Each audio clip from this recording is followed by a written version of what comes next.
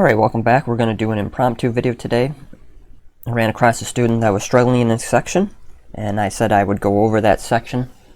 So hopefully me doing a couple of these example problems, showing how some of these are solved, will benefit that particular student or any other student that is stuck in this section. This section is called Estimating Products of Fractions. This is in your Math Strategies class, and hopefully this helps. Alright, let's look at question 1. It says the result of which expression will best estimate the actual product. And it lists 1, 2, 3, 4 different numbers. When you see parentheses like this, that means you have to multiply all of them. But the catch for this question itself, they want you to estimate the product. So the way they want you to estimate these in this section is either round it up to a whole number, a half a number, or round down to another whole number. So what you need to do is look at each individual one of these numbers, in this case fractions, this one, this one, this one, this one, and round each number to the closest whole number or half. So let's look at the first one. If I look at -4/5, we have to distinguish if that is closest to -1 or -0.5. Alright, the best way to do these is just to punch them in your calculator, see if they're close to a half or a whole number. So let's look at, we have to do each one of these individually. So if I look at the first one as a -4/5, I need to figure out if 4/5 is closest to a half or is it closer to 1. I can't do that in my head. I'll just go over to a calculator and punch that in. So I'll go ahead and punch this in my calculator. I'll just do 4 divided by 5 is 0.8. So is 0.8 closer to 1 or is it closer to 0.5? It's obviously closer to 1. So this first value I'm going to say is a -1.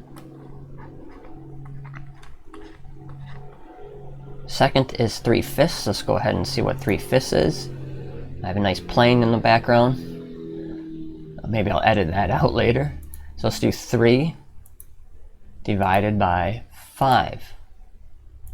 That's 0.6. Is 0.6 closer to 0.5 or is it closer to 1? I'm going to say it's closer to 0.5. So I'm going to label that 0.5, or in this case, I'm looking at their answers, they're going to have 1/2, which is the same thing as 0.5. Next one is -6/7. Let's go ahead and punch that in. 6 divided by 7 is 0.857. I'm going to say that's closer to 1.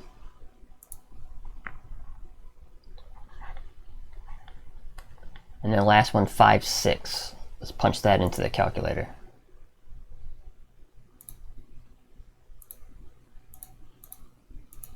And that's another one that's close to 1.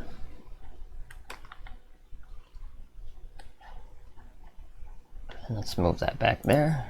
This tablet's pretty hard to work with. So this is what this problem would be, rounded to the nearest whole or half number. And the reason why they do this is to make it easier to do to multiply. So if you notice, this one should match the correct answer. I got 1/2, and I've made a mistake here. I should have added a negative here. The sign doesn't change when you're rounding it up. Like this one is still -1, this is positive, negative, and a positive. Just needed to double check that work there. So when they ask you to estimate, you're going to estimate usually to the nearest whole number or half number. If you don't know what that fraction is, punch that into a calculator, and just after you get their answer, just distinguish if it's closer to the 1 or it's closer to the 0.5. If you can't do that in your head, you can actually subtract 1 from that or 0.5 from that and see which one is closer. Alright, let's try another question. Alright, let's look at question 2. When multiplying a whole number by a mixed number, Ingenuity does a little different strategy than what I prefer. I'm going to quickly explain how they do that. So hopefully we know if I have a number outside of parentheses, that means you're multiplying. The difference is I have a mixed number. The way Ingenuity teachers teach this is to multiply each number by each component of the mixed number, and then you add them together. So what do I mean by this? So I take this -6, I multiply that by the whole number, which is a 4.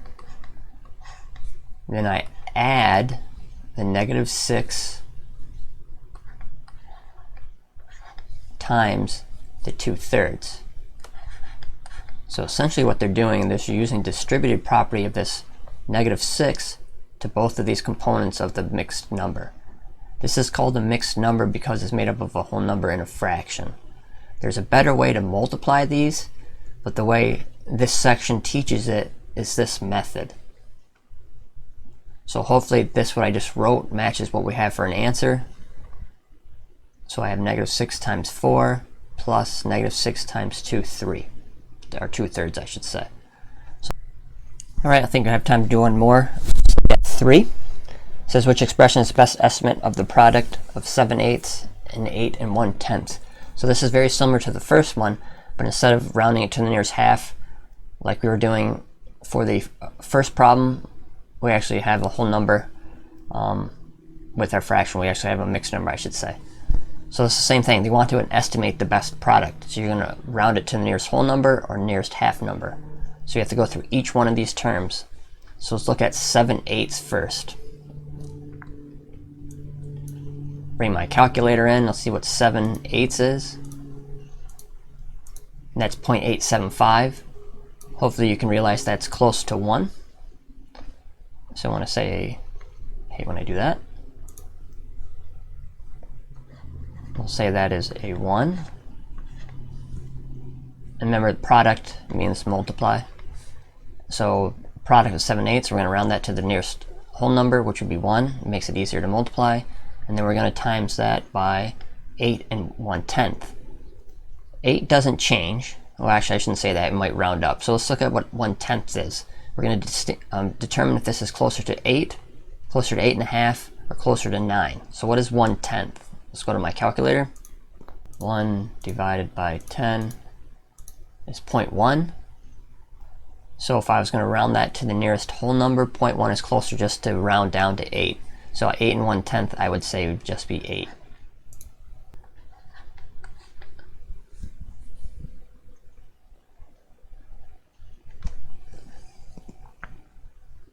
Hopefully this gives you a good start on this section. If you continue to have issues with it, feel free to text me, and I can maybe work through another problem or two for you. Have a good day.